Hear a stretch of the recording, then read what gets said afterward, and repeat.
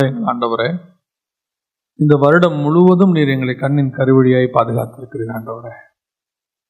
இந்த வருடம் தொடங்கி எத்தனையோ காரியங்கள் ஆண்டவரே. இந்த வருடத்தை தொடங்கினவர்கள் எங்களோடு கூட இல்லை. எத்தனையோ போராட்டங்கள், உபத்திரவங்கள், வேதனைகள், அவை எல்லாவற்றையும் தாண்டி நீர் எங்களை ஆசீர்வாதமாகி வைத்திருக்கிற தயவுக்காய் ஸ்தோத்திரம். ஜீவனோடு கூட வைத்த தயவுக்காக உமக்கு ஸ்தோத்திரம். சுகபத்திரமாய் பாதுகாத்த தயவுக்காக உமக்கு நன்றி. கொஞ்ச நேரம் கர்த்தரை நாம் நன்றி செலுத்துவோமா? நன்றி அறிதல் இருதயம் உள்ளவர்களாய் இருங்கள் என்று வேதம் சொல்லுகிறது. கர்த்தர் செய்த நன்மைகளுக்கு நான் எண்ணத்தை செலுத்துவேன், ரட்சிப்பின் பாத்திரத்தை கையில் எடுத்துக்கொண்டு உம்மை தொழுது கொள்வேன் என்று சங்கீதக்காரன் சொல்லுகிறான். கர்த்தர் நமக்கு செய்த நன்மைகளை நினைச்சு பாருங்க. நாம நினைச்சிருக்கிறபடி பெரிய காரியங்கள் செய்யல நினைக்கலாம். ஆனா இந்த 11 மாசமும் நம்மளை ஜீவனோடு வச்சாரு. 12வது மாதத்தை காணும்படி வச்சாங்களே. நம்ம கூட இருந்த எத்தனையோ பேர் இந்த வருஷத்தை ஆரம்பிச்சவங்க இப்ப இல்லை. எத்தனையோ பேர் ஹாஸ்பிட்டல்ல இருக்கிறாங்க, எத்தனையோ பேர் வேதனையில இருக்கிறாங்க, எத்தனையோ பேர் கடன் தொல்லையில, உபத்திரவத்துல, எத்தனையோ பிரச்சனைகள்ல இருக்கிறாங்க. ஆனா உங்களை என்னையும் தேவ சமூகத்துல வந்து உட்கார வச்சிருக்கிறாரு. கர்த்தருடைய பெரிய கிருபை. இதுக்கு நம்ம நன்றி செலுத்தணும். நாம கிடைக்காத காரியங்களுக்கு துக்கப்படுறதை விட தேவன் நமக்கு செய்த நன்மைகளுக்கு நாம நன்றி செலுத்துவோம். இஸ்ரவேல் ஜனங்கள் கிடைக்காததுக்காக முறுமுறுத்தாங்க. ஆனா கிடைச்ச காரியங்களுக்கு அவங்க நன்றி செலுத்தல. நாம கிடைச்ச காரியங்களுக்கு நன்றி செலுத்துவோம். இந்த வருஷத்தை கடந்து வர்றதுக்கு எவ்வளோ பெரிய கிருபையை கர்த்தர் தந்திருக்கிறாரு. எத்தனையோ பேர் வீட்டுல எவ்வளோ பிரச்சனைகள், எவ்வளோ வேதனைகள், ஆனா நமக்கு கர்த்தர் ஆசீர்வாதமாக்கி தந்திருக்கிறார். ஹல்லேலூயா, ஹல்லேலூயா, ஹல்லேலூயா, ஹல்லேலூயா, ஹல்லேலூயா. நன்றி ஆவியானவரே. கோடான கோடி ஸ்தோத்திரம், கோடான கோடி ஸ்தோத்திரம். நாங்கள் நிற்பதும் நிர்மூலமாகாமல் இருப்பதும் உம்முடைய கிருபை மட்டும் தகப்பனே. உடைய கிருபையினாலே நாங்கள் நிற்கிறோம். உடைய கிருபை இல்லாவிட்டால் இந்நேரம் நாங்கள் இல்லாம போயிருப்போம் ஆண்டவரே, காணாம போயிருப்போம் ஆண்டவரே. இந்நேரம் எங்கள் எதிரிகள் எங்களை ஒழித்து கட்டி இருப்பாங்க அப்பா. எங்களை தலை நிமிர பண்ணினவர் நீர் ஒருவர் மாத்திரம் ஆண்டவரே. நாங்கள் நிற்பதற்கு காரணம் நீங்க மட்டும்தான் அப்பா. ஹல்லேலூயா, ஹல்லேலூயா, ஹல்லேலூயா. ஆண்டவரே, இந்த மாதத்தை ஒப்பு கொடுக்கிறோம். இந்த மாதம் முழுவதும் உடைய கிருபை, இரக்கம், தயவு கூடவே இருக்கட்டும் தகப்பனே. இந்த வருஷம் முழுவதும் 11 மாதம் எங்க கூட இருந்த தேவன் 12வது மாதத்திலும் கூட இருக்க போற தயவுக்காக உமக்கு நன்றி. நீர் பாதுகாத்துக் கொள்ள போற தயவுக்காக உமக்கு ஸ்தோத்திரம். நீர் மாத்திரம் மகிமைப்படுவீரா ஆண்டவரே. இந்த நேரத்தில் எங்களோடு கூட பேசுங்க, இடைப்படுங்க, உடைய வார்த்தைகளை எங்களுக்கு அனுப்புங்க அப்பா. எங்கள் ஆண்டவர் இயேசுவின் நாமத்தில் ஒப்பு கொடுத்து ஜெபிக்கிறோம் எங்கள் ஜீவனுள்ள நல்ல பிதாவே. அல்லேலூயா. தானியேல் புஸ்தகம் 2ஆம் அதிகாரம் 48வது வசனம்.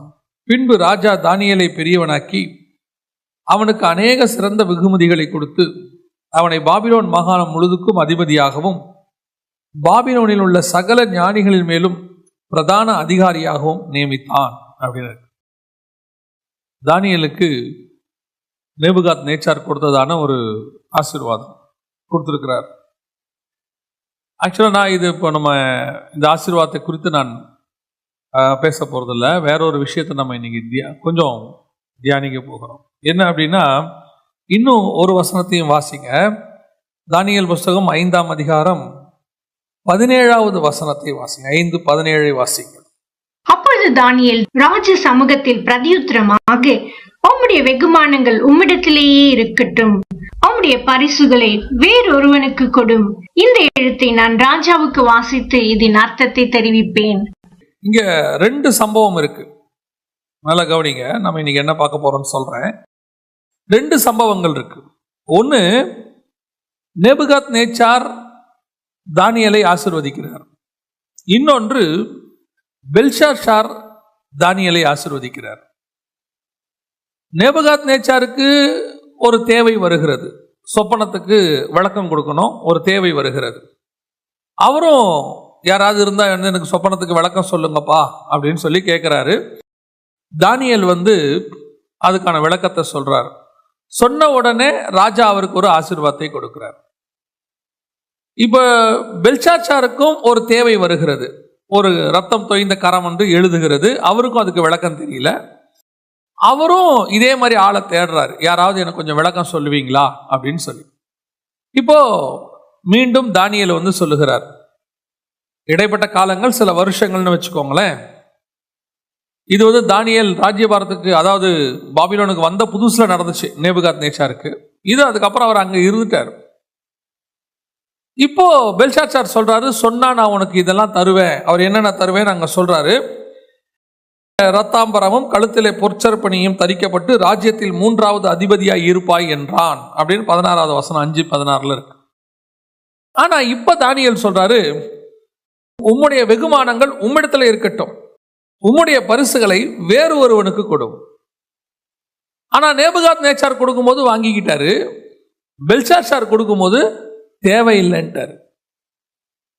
2 பேருமே பாபிலோனிய ராஜாக்கள் தான். 2 பேரும் வெறும் பெரிய வித்தியாசம்லாம் ஒண்ணுமே கிடையாது. 2 பேருமே பாபிலோனிய ராஜாக்கள் தான்.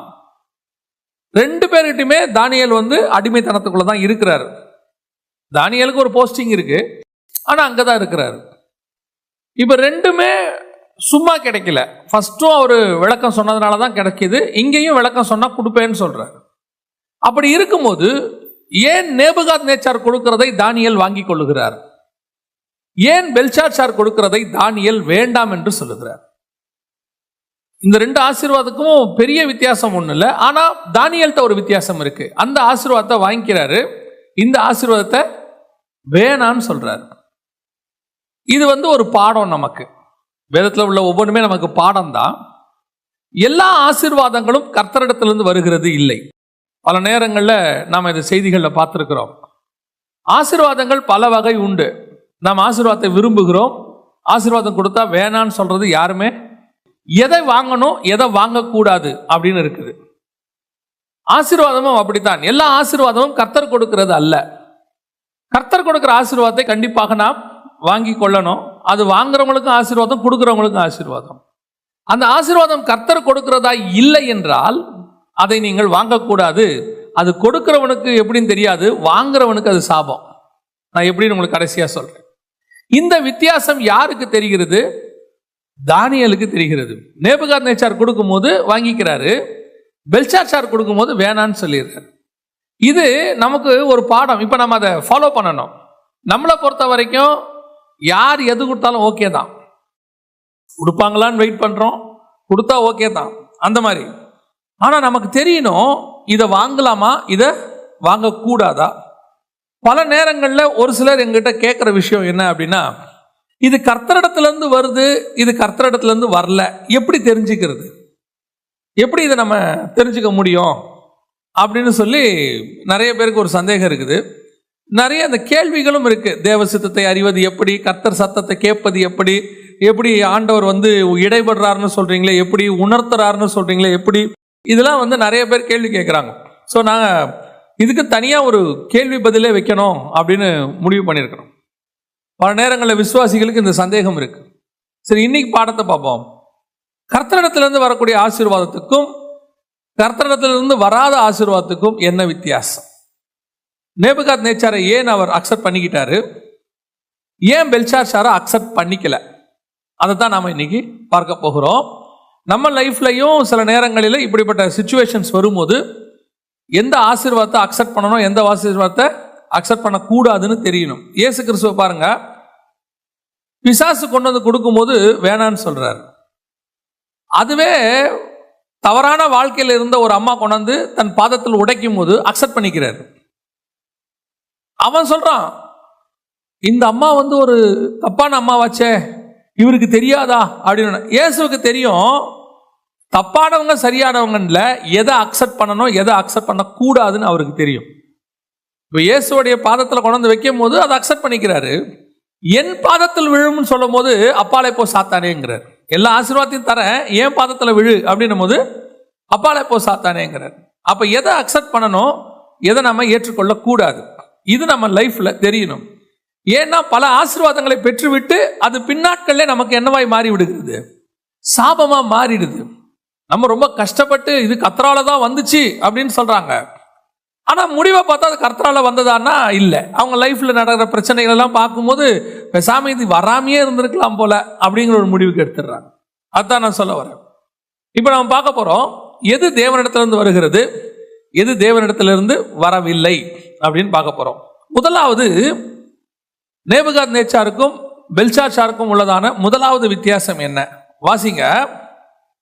பெல்ஷாத்சாரோட ஆசீர்வாதங்களை அவன் ஏன் வேண்டான்டா, நேபுகாத் நேச்சாரோட ஆசீர்வாதத்தை ஏன் அக்செப்ட் பண்ணிக்கிட்டான்? வாசிங்க 2ஆம் அதிகாரம் தானியேல் புஸ்தகம் 47வது வசனத்தை வாசிங்க. 2:47 வாசிங்க.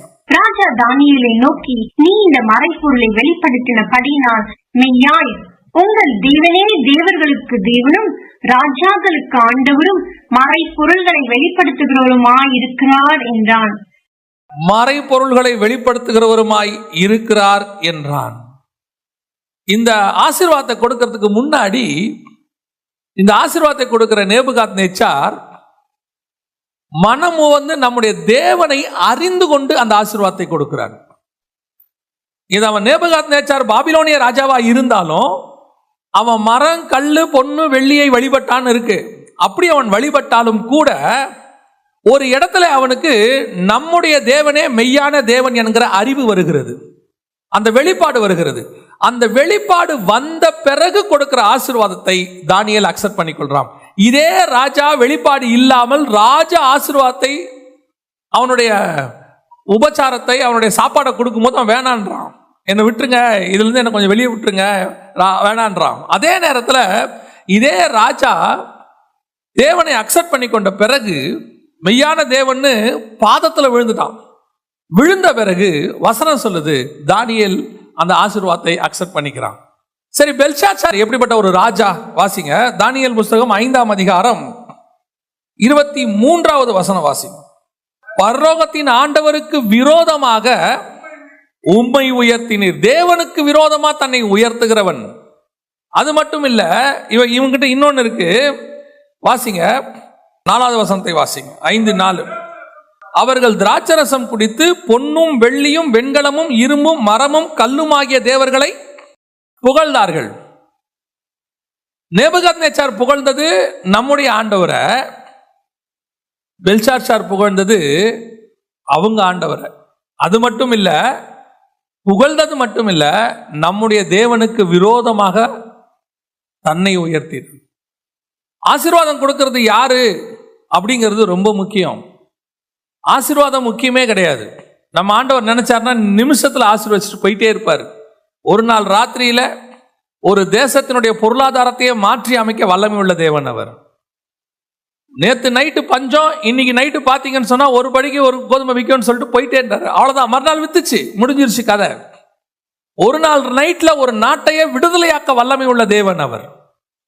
தேவனாகிய கர்த்தர் நினைச்சா எதை வேணாலும் செய்வார். காலையில் எழுந்திருச்சு பாத்தீங்கன்னு சொன்னா இந்த பக்கத்துக்கும் அந்த பக்கத்துக்கும் காடை விழுந்து கிடக்கும், சாப்பிட முடியாத அளவுக்கு கொடுக்கிற ஆண்டவர் நம்முடைய ஆண்டவர். ஆசீர்வாதத்துக்கு கர்த்தருடைய கரத்துல குறைச்சலே இல்லை. ஆனால் யார் ஆசீர்வதிக்கிறாங்கன்றதுதான் ரொம்ப முக்கியம். தேவனை புகழுகிறவன், நம்முடைய தேவனை அறிந்திருக்கிறவன், நம்முடைய தேவனுக்கு மரியாதை கொடுக்கிறவன் நம்மை ஆசீர்வதிக்கிறானா, அல்லது நம்முடைய தேவனுக்கு விரோதமாக தன்னை உயர்த்துகிறவன் நம்மை ஆசீர்வதிக்கிறானா? பல நேரங்களிலே நம்முடைய தேவனுக்கு விரோதமா உயர்த்துவாங்க, ஆனா நம்மையும் அவங்க ஆசீர்வதிப்பாங்க. ஒரு நாட்டில் நடந்த ஒரு சம்பவம். அவங்க என்ன பண்ணாங்க, தங்களுடைய தேவர்களை புகழும்படிக்கு அந்த தேவர்களுக்கு ஏசபேல் செய்த மாதிரி என்ன பண்ணாங்க, பந்தியை போட்டு எல்லாருக்கும் சாப்பாடு போட்டு ஏசபேலுடைய பந்தி மாதிரி எல்லாம் பண்ணி வச்சாங்க. எல்லாம் அந்த நேரத்தில் எங்கடா இப்படி தங்களுடைய ஆசாரியர்களுக்கு மாத்திரம் இப்படி பண்ணா தப்பா வந்துருமோன்னு சொல்லிட்டு அந்த நேரத்தில் என்ன பண்ணாங்க, கூட தேவனுடைய ஊழியக்காரங்களையும் கூப்பிட்டுக்கிட்டாங்க. தேவனுடைய ஊழியக்காரங்களையும் கூப்பிட்டு, நாங்கள் என்ன பண்றோம், எல்லா மத ஊழியர்களுக்கும் நாங்கள் என்ன கொடுக்குறோம், ஆமா சலுகைகள் கொடுக்குறோம். ஏசபேல் பந்தியில நீங்களும் வந்து உட்காந்துங்க, தேவனுடைய தீர்க்கதரிசிகளை வந்து என்ன செய்யுங்க, உட்காந்துக்குங்கன்னு சொல்லி கூப்பிட்டாங்க. கூப்பிட்ட உடனே நம்முடைய சில ஆட்கள் இருக்கிறாங்க பாருங்க, இவங்களுக்கு எவன் ஆசீர்வாதத்தை கொடுத்தாலும் கவலையே கிடையாது. நேரா போய் உட்காந்துக்கிறது. நேரா போய் உட்காந்துக்கிட்டு, ஓ அவ்வளோ பெரிய போஸ்டிங்ல இருக்கிறவங்க கூப்பிடுறாங்க, போய் உட்காந்து அங்க ஆசீர்வாதத்தை வாங்கி நான் பார்த்தேன். அவங்க வாங்கும்போது பயங்கர மரியாதை. இது அப்படி வாங்கின ஊழியக்காரங்க ஆசாரியர்களுக்கு பயங்கர சந்தோஷம். பாருங்க, ஏசபேலே கூப்பிட்டு எங்களை மரியாதை கொடுத்தாங்க. உடனே இவங்கெல்லாம் ஏசபேலுக்கு பட்ட பேரை சொல்லி, நீ அப்படி வருவாய் இப்படி வருவாய் அதையெல்லாம் சொல்லி இதையெல்லாம் உட்காந்து பார்த்துக்கிட்டே இருந்தோம். நாங்கள் சொன்னால் கோவம் வந்துருச்சு கொஞ்சம் பேருக்கு. அப்படிலாம் சொல்லக்கூடாது அப்படி இப்படின்னு. கொடுத்தவனும் செத்தான், வாங்கினவனும் செத்தான். உண்மை. கொடுத்த ஏசபேலும் செத்தா, வாங்கின ஆசாரியனும் செத்தான். அது பழைய ஏற்பாடா இருக்கட்டும், நம்ம காலமா இருக்கட்டும், விஷயம் ஒண்ணுதான், ஆள் தான் வேற. ஆனா நடந்தது உண்மை. நல்லா தெரிஞ்சுக்கொள்ளுங்க. நம்முடைய தேவனை புகழுகிறவன் கொடுக்கிறது எவ்வளவு நல்லது. நம்முடைய தேவனை தூஷிச்சுட்டு நம்முடைய தேவனுக்கு விரோதமா செயல்படுகிறவன் வர ஆசீர்வாதத்தை ஒரு நாளும் வாங்கக்கூடாது. அவன் சில நேரத்தில் உங்களை ஏமாத்துறதுக்கு கொடுப்பான், சில நேரத்தில் உங்களை சபிக்கிற அந்த சாபத்தை கொண்டு வந்து கொடுப்பான். சோதோமுடைய ராஜா கொண்டு வந்து ஆபிரகாம் கிட்ட சொல்றாரு, எல்லாத்தையும் என்ன செய்யுங்க, எடுத்துக்கோங்க. பார்வோனு கிட்ட வாங்கின ஆபிரகாம், மற்ற ராஜா கிட்ட எல்லாம் வாங்கின ஆபிரகாம், ஏன் சோதோம் ராஜா கிட்ட மட்டும் வாங்கல, அவங்கிட்ட மட்டும் ஏன் வாங்கல அப்படின்னு கொஞ்சம் யோசிச்சு பாருங்க. காரணம் என்ன? சோதோம் அடுத்த சில அதிகாரங்களில் அழிய போகிறது. இன்னும் கொஞ்ச நாள்ல சோதோம் என்ன செய்ய போகுது? அழிய போகுது. அது உள்ள இருக்கிற மொத்த பொருளோ அழிவுக்கு ஏதுவான சாபத்தீடான பொருள். தந்திரமா என்ன பண்றான் பிசாசு? கொண்டு வந்து கொடுக்குறான் ஆபிரகாம்கிட்ட, எதை வேணாலும் எடுத்துக்கோங்க, எதை வேணாலும் எடுத்துக்கோங்க. ஆபிரகாம் சொன்னா, கூட பாதரட்சியின் வார கூட தொட மாட்டேன். ஏன்? நீ சாவும் போது அந்த சாபம் எங்க வரும்? எனக்கும் வரும். ஆமென். பல நேரங்களில் யார் கொடுக்குறாங்கன்றது ரொம்ப முக்கியம். சில நேரங்களில் நீங்க சொல்றீங்க தெரியுமா, எங்க அப்பா அம்மா வீட்டோடைய சொத்து எதுவும் எங்களுக்கு வரவிடாம ஆண்டவர் பண்ணிட்டாரு, என்னானே தெரியல. இல்ல, எங்க அக்கா தங்கச்சிங்கெல்லாம் பிரிச்சு எடுத்துக்கிட்டாங்க, எங்க அண்ணன் தம்பிங்கெல்லாம் பிரிச்சு எடுத்துட்டு போயிட்டாங்க, எனக்கு நடுத்தரில் விட்டுட்டாங்க, ஒண்ணு கூட கொடுக்கல, ஒரு சின்ன வீடு கூட கொடுக்கலங்க, எல்லாத்தையும் எடுத்துக்கிட்டாங்க. ஏன் ஆண்டவருக்கு தெரியாதா அவங்க எடுத்துப்பாங்கன்னு? ஏன் ஆண்டவர் மட்டும் ஒரு நாள் ராத்திரியில பார்வோன்ட்ட பேசின மாதிரி, நேபுகாத்நேச்சார்ட்ட பேசின மாதிரி இருதயத்தை திருப்பினா வந்து கொடுத்துட மாட்டாங்களா? எத்தனை பேரோட இருதயம் மாறி இருக்குது அப்படி? ஐயோ நான் உனக்கு துரோகம் பண்ணிட்டேமா, நீ வச்சுக்கோமான்னு கொடுக்கறது எத்தனை நிமிஷம் ஆகும்? ஏன் கத்த திருப்பல? உங்களுக்கு இன்னைக்கு இருக்கிற அந்த சொத்து தான் தெரியும், அது எப்படி வந்ததுன்னு கர்த்தருக்கு தான் தெரியும். அதுக்கு பின்னாடி என்ன இருக்குன்னு தான் கர்த்தருக்கு தெரியும். அது உங்ககிட்ட வந்தா அது எப்படி சாபமா மாறும்னு கர்த்தருக்கு தெரியும். இது நமக்கு தெரியாம எப்படியாவது சாவறதுக்குள்ள அந்த சொத்து எனக்கு வந்தே ஆகணும். ஆண்டவர் நினைப்பார், நான் தான் வேணான்றனே, கொடுக்கறது தான் உனக்கு கொடுத்துருக்க மாட்டேனா, ஏன் அதை நான் தடுத்து வச்சிருக்கிறேன்? அது வராததை விட வந்தா உனக்கு ஆபத்து ஜாஸ்தி. ஏன்? அதுக்கு பின்னாடி என்ன சாபம் இருக்குதோ, யார் வயிற்றுல அடிச்சு வாங்கினாங்களோ, எந்த வட்டிக்கு விட்டு அதை வாங்கினாங்களோ, எவன் வந்து வேதனையோடு அதை கொடுத்துட்டு போனானோ நமக்கு தெரியாது. ஒரு பெரிய பணக்கார வீட்டு குடும்பம், அவங்க என்ன பண்ணாங்க, சொத்துக்களை எல்லாம் தன்னுடைய அக்கா தங்கச்சிகள் எல்லாரையும் ஏமாத்தி, அந்த ஏரியாவில் இருக்கிறவங்களெல்லாம் ஏமாத்தி சும்மா கொஞ்சம் கொஞ்சம் கொடுத்து எல்லாத்தையும் வாங்கி போட்டாங்க, மொத்தத்தையும் வாங்கி போட்டாங்க. நாங்கள் போன வாரம் தான் உட்காந்து பேசிக்கிட்டு இருக்கும்போது, ஒருத்தரோட உட்காந்து பேசிக்கிட்டு இருக்கும்போது அதோடைய மொத்த விஷயத்தையும், இன்னைக்கு அதோடைய நிலைமையை பற்றி பேசிக்கிட்டு இருந்தோம். உண்மையிலேயே ரொம்ப பயமாயிருச்சு, எனக்கு பயம்தான் வந்துச்சு.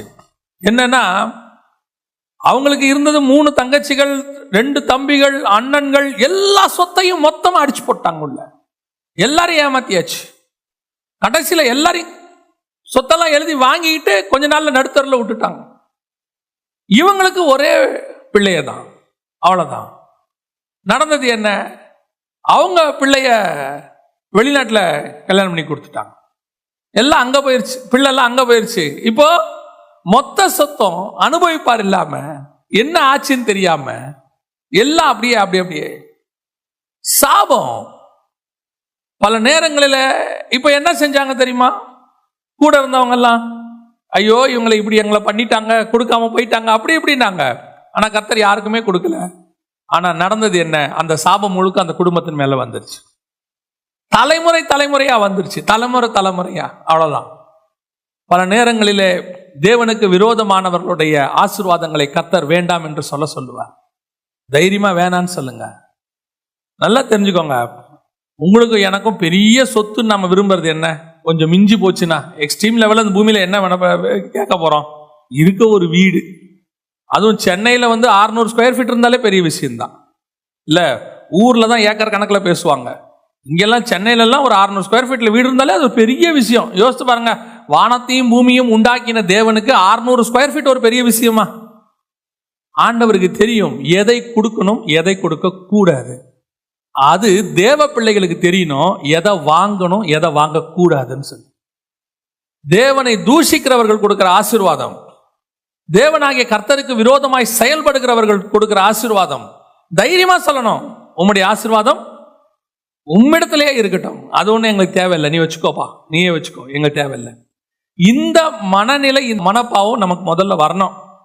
பல நேரங்களில் நாம யார் எதை கொடுத்தாலும் யார் எதை செஞ்சாலும் உடனே ஒரு தேவனை தூஷிக்கிற அல்லது நம்முடைய தேவனை பத்தி கனப்படுத்தாம பொன்னையும் வெள்ளியும் மரங்களையும் புகழ்கிற, இங்க சொல்லியிருக்கு பாருங்க, அந்த மாதிரி செய்யக்கூடிய ஒருத்தர் கொண்டாந்து என்ன பண்ணாரு, அவங்க கொண்டாந்து தங்களுடைய ஒரு காணிக்கையை கொண்டு வந்தாங்க. நம்ம ஆண்டவர்கிட்ட இருக்கிற ஸ்பெஷாலிட்டியை பாருங்க, காணிக்கை யாரு கொடுத்தாலும் வாங்கிக்கன்னு சொல்லல. காணிக்கையில கூட கர்த்தர் என்ன வச்சிருக்கிறாரு, ஒரு கிரைட்டீரியா வச்சிருக்கிறாரு. இன்னென்ன காணிக்கை எங்க வரக்கூடாது, காணிக்கை பெட்டிக்குள்ள வரக்கூடாது. அது எவ்வளவு பெரிய பணக்காரனா இருந்தாலும் சரி, உன் காணிக்க உண்மை உள்ள காணிக்கையா இருந்தா மட்டும்தான் வரணும். அவங்க கொண்டு வந்து கொடுத்தாங்க. நான் பார்க்கிறேன், ஒரு ஊழியரும் சுவிசேஷகர் அவர் அந்த பணத்தை வாங்கி அவரும் அவர் மனைவியும் வாங்கி போட்டோ எடுத்து தங்களுடைய புத்தகத்துல போடுறாங்க. கொடுக்கிறவங்க யாருன்னு கேட்டீங்கன்னு சொன்னா, மரமும் பொன்னும் வெள்ளியும், இந்த வசனத்துல சொல்லியிருக்கு பாருங்க, மரமும் கல்லுமாகிய தேவர்களை புகழ்ந்தார்கள்னு. அப்படி புகழக்கூடிய செலிபிரிட்டி அவங்க கொடுக்கறத வாங்கி அதை ஒரு போட்டோவா எடுத்து, நீ என்ன சொல்லணும், உம்முடைய ஆசீர்வாதம் உங்ககிட்ட இருக்கட்டும்.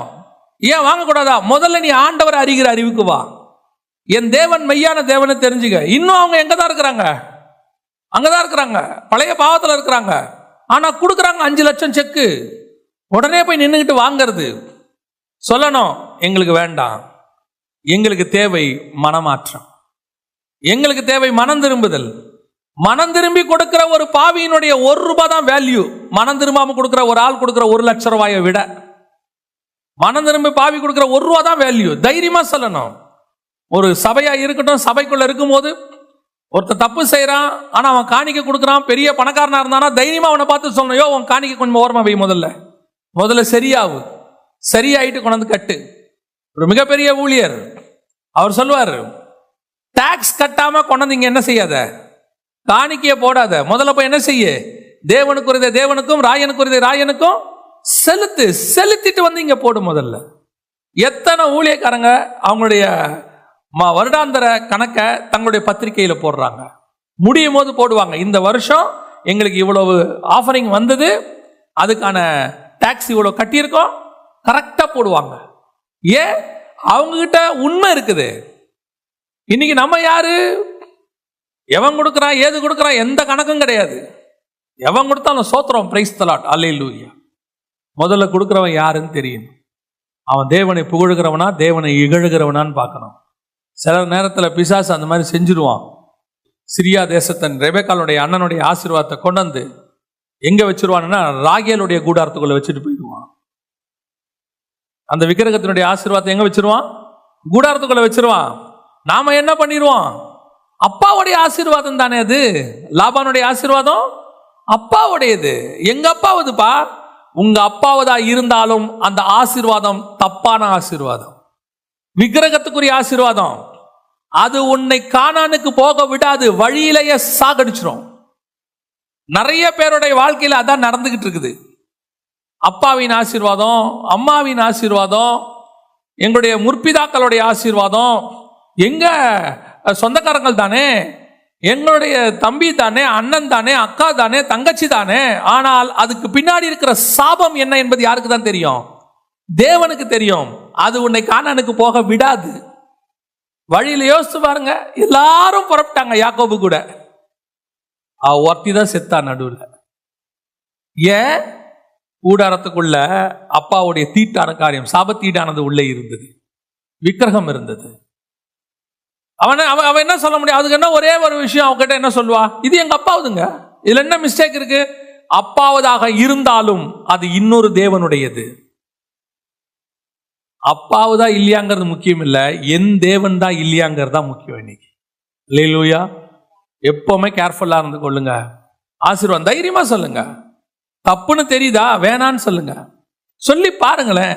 அந்த வைராகியத்துக்கே கர்த்தர் அதை விட 100 மடங்கு உன்னை கொடுத்து ஆசீர்வதிப்பார். அந்த வைராகியத்துக்கு கர்த்தர் உன்னை ஆசீர்வதிப்பார். எனக்கு ஒரு சகோதரனை தெரியும். தன்னுடைய தாய் தவறான முறையில் சம்பாதிக்கிறாங்கன்னு தெரிஞ்ச உடனே அவர் செய்ததான ஒரு காரியம், ஒரு நாள் தன் தாயினிடத்துல சொன்னார், இனி நான் உங்க கூட இருக்க மாட்டேன், உங்களுடைய பணம் தப்பான பணம், நான் இனி உங்க கூட இருக்க மாட்டேன், நீங்க ஆபீஸ்ல லஞ்சம் வாங்குறீங்க எனக்கு தெரிஞ்சிருச்சு, நான் இனி உங்க கூட இருக்க மாட்டேன் அப்படின்னு சொல்லிட்டு போயிட்டாரு. இன்னொரு மகன் அந்த லஞ்ச பணத்தை சந்தோஷமாக அனுபவிக்கிறவனாக இருந்தான். அம்மா சம்பாதிக்கிறது லஞ்சத்துல இருந்தாலும் பரவாயில்ல, அந்த லஞ்ச பணத்தை சந்தோஷமா அனுபவிச்சான். நான் உங்களுக்கு சொல்லுகிறேன், அந்த பணம் வேண்டாம் என்று வைராக்கியமாய் விட்டு விட்டு போன அந்த மகன் இன்னைக்கு எல்லாவித ஆசீர்வாதங்களையும் பெற்று ஆசீர்வாதமாக இருக்கிறான். அந்த லஞ்ச பணத்தை விரும்பி தாயாரோடு கூட அந்த பாவத்துக்கு உடன்பட்ட மகன் இளம் பிராயத்திலேயே மரித்து போனான், செத்தே போனான். இன்னைக்கு கிடையாது, இன்னைக்கு பூமியில கிடையாது. நான் உங்களுக்கு ஒரு எச்சரிக்கையாகவே சொல்லுகிறேன், சாபத்தீடானது என்று தெரிந்தால் இந்த ஆசீர்வாதத்தை வேண்டாம் என்று சொல்வதற்கு தயாராக இருங்க. அடுத்தவன் வயிற்றெரிச்சல்ல வாழாதீங்க, அடுத்தவன் வயிற்றுல அடிச்சு வாங்காதீங்க. அப்படி வந்ததுன்னு தெரிஞ்சா வேணான்னு சொல்லிடுங்க. சில நேரத்தில் சிலர்லாம் பார்த்தீங்கன்னு சொன்னா, சில அர்ஜென்ட்டுக்கு கிடைக்குது, ஒருத்தன் சொல்லுவான் காசு இல்லை, அந்த நேரத்தில் அவனுடைய சூழ்நிலையை பிடிச்சி அடிச்சு வாங்குவாங்க. அவனை 10,000 ரூபாய் இருக்கிறத 2,000 ரூபாய்க்கு கேட்பாங்க. அவனுக்கு 2,000 தேவைப்படும், அவன் 2,000 கேட்பான். அந்த 10,000 ரூபாய் பொருளை 2,000 ரூபாய்க்கு கேட்பாங்க. வயிறு எரிஞ்சு கொடுப்பான். அவனால என்ன செய்ய முடியாது, வேற வழியும் இல்லை, அவனுக்கு 2,000 தேவை. இப்ப அவன் என்ன பண்ணுவான்னா, வேற வழி இல்லாம என்ன செய்வான், வயிறு எரிஞ்சு கொடுப்பான்.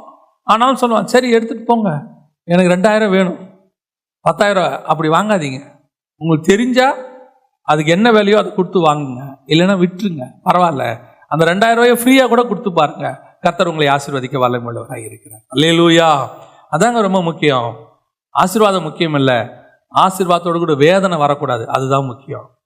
ஆசீர்வாதம் யாருக்கு தான் இல்லை இன்னைக்கு உலகத்துல சொல்லுங்க? அவங்கவுங்க ரேஞ்சுக்கு எல்லாருக்கும் ஆசீர்வாதம் இருக்கு. ஆனால் அதனுடைய பின்னாடியுடைய சாபம், எத்தனை பேர் அடிச்சு பிடிச்சி சம்பாதிச்சு கண்டெய்னரா பணம் வச்சிருந்தவங்களாம் அனுபவிக்காம செத்து போனாங்க. யோசிச்சு பாருங்க, எத்தனை பேர் மொத்த பணத்தையும் விட்டுட்டு செத்து போயிட்டாங்க. யார் அதை வாரிக்கொள்வான் என்பதை அறியாது இருக்கிறான். அதான் வசனம் சொல்லுது. நம்முடைய தேவனை பத்தின அறிவு வந்தவர்கள் கொடுக்கிற ஆசீர்வாதம் சொல்றோம். அல்லேலூயா. முதலாவது தானியேல் தைரியமா சொன்னான் அவனுடைய ஆசீர்வாதம். ஏன்? பெல்ஷாத்சார் நம்முடைய தேவனுக்கு விரோதமானவன். நம்மளுக்கு தேவனுக்கு விரோதமானவன் கொடுக்கிற ஆசீர்வாதத்தை என்ன செய்யக்கூடாது, அக்செப்ட் பண்ண கூடாது. அது யாரா இருந்தாலும், ராஜாவா இருந்தாலும், மந்திரியா இருந்தாலும், எப்பேற்பட்ட போஸ்டிங்ல உட்கார்ந்து இருந்தாலும் சொல்லணும், உம்முடைய ஆசீர்வாதம் உம்மிடத்திலே இருக்கட்டும். சனஃப் வேணான்னு சொல்லிடணும். ரெண்டாவது, ஏன் அந்த ஆசீர்வாதத்தை அவர் வேணான்னு சொன்னார்? வாசிங்க 1ஆம் அதிகாரம் 2வது வசனத்தை வாசிங்க. 1-2 வாசிங்க. அப்பொழுது ஆண்டவர் யூதாவின் ராஜாவாகிய யோயாக்கீமையும் தேவனுடைய ஆலயத்தின் பாத்திரங்களில் சிலவற்றையும் அவன் கையில் ஒப்புக் கொடுத்தார். அவன் அந்த பாத்திரங்களை சினேயார் தேசத்தில் உள்ள தன் தேவனுடைய கோவிலுக்கு கொண்டு போய் அவைகளை தன் தேவனுடைய பண்டசாலைக்குள் வைத்தான். நேபுகாத்நேச்சார் ஒரு பெரிய பிளஸ் பாயிண்ட் என்ன தெரியுமா? இன்னும் அவன் தேவனை அறிகிற அறிவுல வரல, இன்னும் அவனுக்கு அந்த வெளிப்பாடு வரல, சொப்பனம் பார்க்கல, தானியேல் விளக்கத்தை சொல்லல, இன்னும் எதுவுமே நடக்கல. இவன் வந்திருக்கிறான், எருசலேம்ல இருந்து எல்லாத்தையும் கொள்ளையடிச்சிருக்கிறான், கொண்டு போயிருக்கான். ஆனா அவன் பார்க்கறான், இந்த பாத்திரத்தை நம்ம எங்கிருந்து எடுத்திருக்கிறோம்? எருசலேம் தேவாலயத்துல எடுத்திருக்கிறோம். அப்ப அந்த பாத்திரத்தை என்ன பண்ணணும்? எல்லா பாத்திரத்தோடையும் வைக்க கூடாது, ஏன்னா இது அவர்கள் தேவனுடைய பாத்திரம். அந்த பாத்திரத்துக்குன்னு என்ன இருக்குது? ஒரு கணம் இருக்கு. அந்த கணத்தை அந்த பாத்திரத்துக்கு நான் என்ன செய்யணும்? கொடுக்கணும். அந்த கோயில்ல எடுத்தத இந்த கோயில்ல வச்சிருந்தா. ஆனா பெல்ஷாத்சார் என்ன பண்ண தெரியுமா? வாசிங்க 5ஆம் அதிகாரம் 3வது வசனத்தை வாசிங்க. அப்பொழுது எருசலேமில் உள்ள தேவனுடைய வீடாகிய ஆலயத்திலிருந்து எடுக்கப்பட்ட பொற்பாத்திரங்களை கொண்டு வந்தார்கள். அவைகளில் ராஜாவும் அவனுடைய பிரபுக்களும் அவனுடைய மனைவிகளும் அவனுடைய வைப்பாட்டிகளும் குடித்தார்கள். எவ்வளவு இருக்கு பாருங்க அவனுக்கு, எவ்வளவு கனவீனப்படுத்துறான் பாருங்க கர்த்தருடைய பாத்திரத்தை. இவங்கிட்ட இருந்து வாங்க மாட்டேன்னு சொன்னதுக்கு தானியேல் சொன்ன ஒரு காரியமும் இதே காரியத்தை தானியேல் திருப்பி சொல்லுவான். இங்க பாருங்க 23வது வசனம் வாசிங்க, 5:23.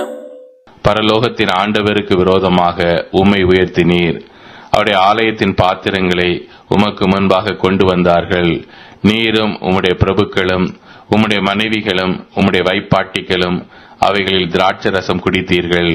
இதுவுமன்றி தம்முடைய கையில் உமது சுவாசத்தை வைத்திருக்கிறவரும் உமது வழிகளுக்கு எல்லாம் அதிகாரியுமாகிய தேவனை நீர் மகிமைப்படுத்தாமல் காணாமலும் கேளாமலும் உணராமலும் இருக்கிற வெள்ளியும் பொன்னும் வெண்கலமும் இரும்பும் மரமும் கல்லுமாகிய தேவர்களை புகழ்ந்தீர்.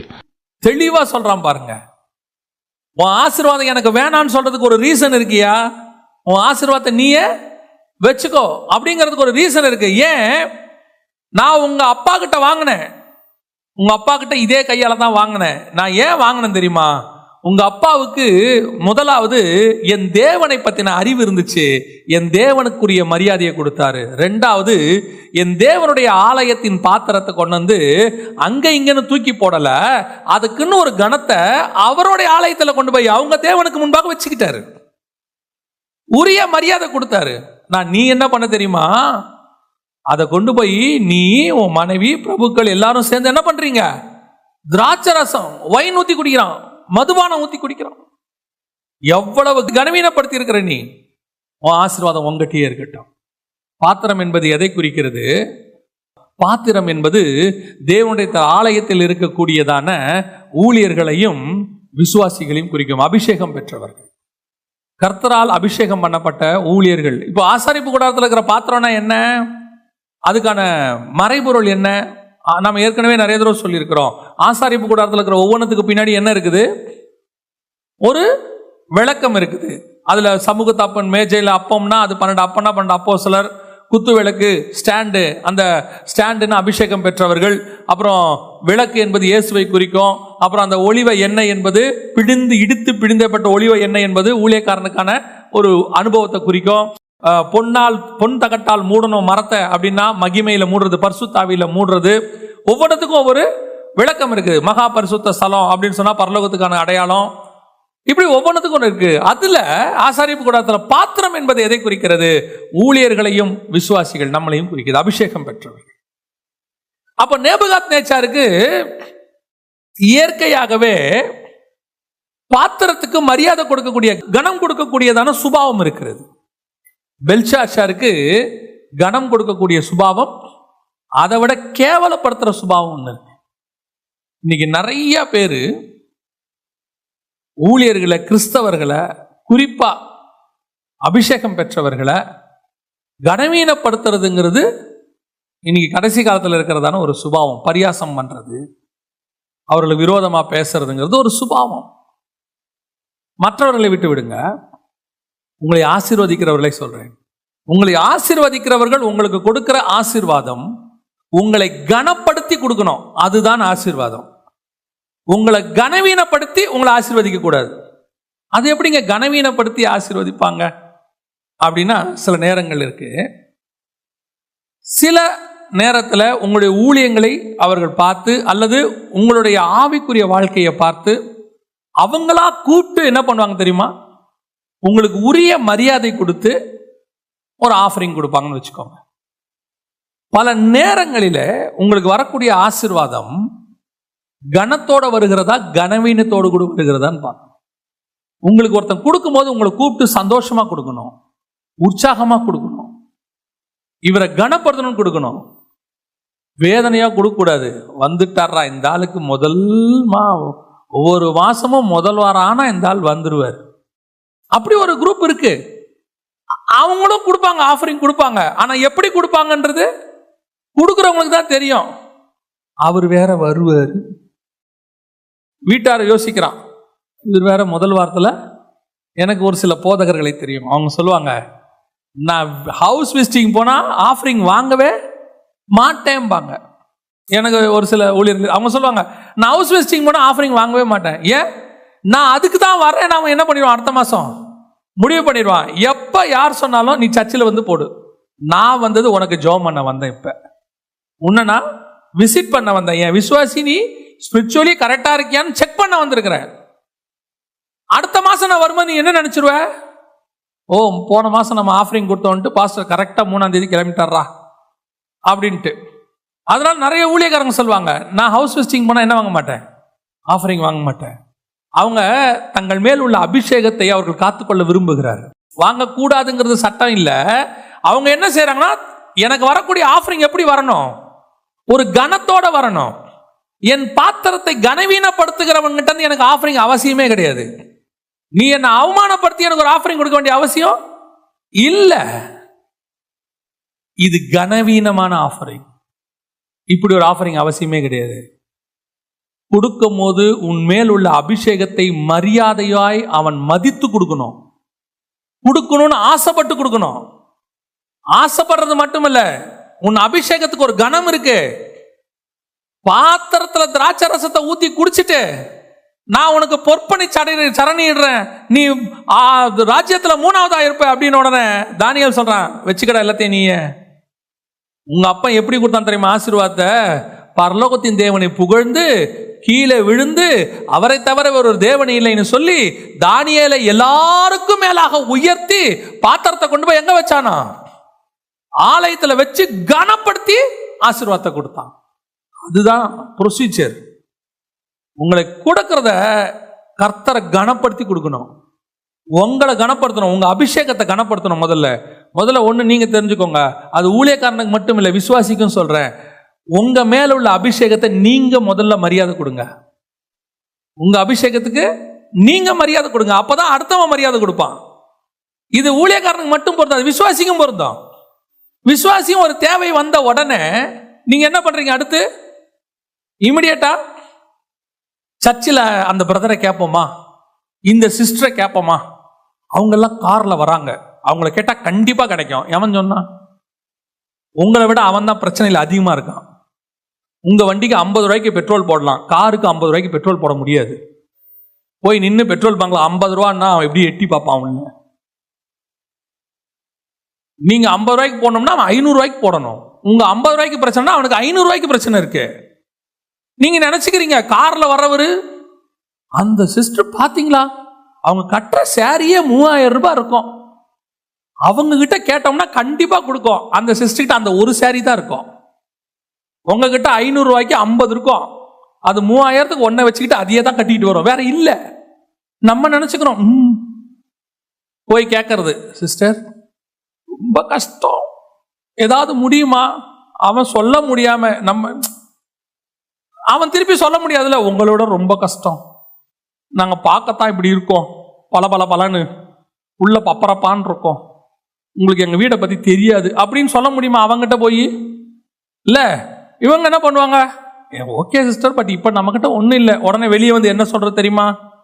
ஆளுங்க தான் நல்ல பெரிய காருங்க வச்சிருக்கு, போனா ஒரு 2000 ரூபாய் கூட ஈவிரக்கமே இல்லை, உனக்கு கொடுக்கணும்னு என்ன? நீங்க யார கேட்கணும்? நீங்க ஆண்டவரை கேளுங்க. நீங்க ஆண்டவரை கேளுங்க, கர்த்தர் கனப்படுத்துவார். நான் சொல்றேன், ஆண்டவர் ஒருத்தனை தெரியப்படுத்தி அனுப்புறதுக்கு 5 நிமிஷம் ஆகாது. ஒரு சிஸ்டர் ராத்திரி ஆண்டவர்கிட்ட ஜெபம் பண்ணியிருக்காங்க, காலையில அரிசி இல்லை, ஆண்டவரே எனக்கு அரிசி கொடுங்க. மறுநாள் காலையில பாத்தீங்கன்னா நம்ம சபையில இருந்து இன்னொரு சிஸ்டர் கதவை தட்டி, ஆண்டவர் உங்களுக்கு கொடுக்க சொன்னார்னு 5 கிலோ அரிசி கொடுத்துருக்காங்க. இவங்க ஆண்டவர் அவங்களை கொண்டு போ, அவர்கள் அரிசி இல்லாமல் இருக்கிறார்கள், பஞ்சத்தில் இருக்கிறாங்க அப்படிலாம் சொல்லல. இவங்களுக்கு 5 வந்தோடனே சரி அந்த சிஸ்டருக்கு ஒரு 5 கிலோ கொடுப்போன்னு இவங்க சாதாரணமா போறாங்க. அங்க விஷயம் வேறு. போனவன கட்டி பிடிச்சிட்டு அழுதாங்களாம், ஐயோ எனக்கு இல்ல, ஆண்டவர் ஆசீர்வதிச்சாரு. ஆண்டவர் உண்மையில் உள்ள அபிஷேகத்தை கனப்படுத்தி உனக்கு கொடுப்பார். நீ யார்கிட்டையும் கையேந்திர நிலைமைக்கு போக விட மாட்டார் ஆண்டவர். அது கனவீனம். இதுல வேற நம்ம சொல்றோம். ஒரு முறை ஒரு அங்கிள் எனக்கு சொல்லி கொடுத்தாங்க. உண்மையிலேயே அந்த அங்கிள் நீதிமான். அவர் இன்ஜினியரா இருந்தாரு, அவர் இப்ப இல்ல, ஆண்டவருக்கு நித்திரை அடைஞ்சிட்டாரு. நீதிமான் அவரு. ஒரு முறை, ஏன்னா அவர் எந்த ஒரு விஷயத்தையும் கரெக்டா பேசுவார். அவர்கிட்ட நான் இருக்கும்போது ஒரு நாள் சொன்னாரு, ஒரு சபை விசுவாசி வந்தாங்க ஜெகன், பிள்ளைக்கு ஃபீஸ் கட்டணும்னு சொல்லி 50,000 ரூபாய் கேட்டாங்க. நான் சொல்றது 1990களில் அப்போவே 50,000 ரூபா. அவங்க பிள்ளை ஏதோ ஒரு காலேஜில் என்னோ படிச்சிச்சு. கேட்க வந்தாங்க. நானும் கொடுக்கலான்னு முடிவுக்கு வந்துட்டேன். அவங்க ஒன்று செஞ்சாங்க ஜெகன், அதனால நான் கொடுக்காம விட்டுட்டேன்னு சொன்னார். என்ன பண்ணாங்க அங்கிள்னு கேட்டேன். உட்காந்து பேசிக்கிட்டே இருந்தாங்க.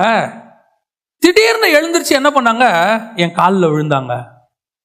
திடீர்னு எழுந்துச்சு. விசுவாசி, அபிஷேகம் பெற்ற விசுவாசி, ஒரு சபையில ஊழியத்தில் இருக்கக்கூடிய விசுவாசி, டக்குன்னு காலில் விழுந்தாங்க.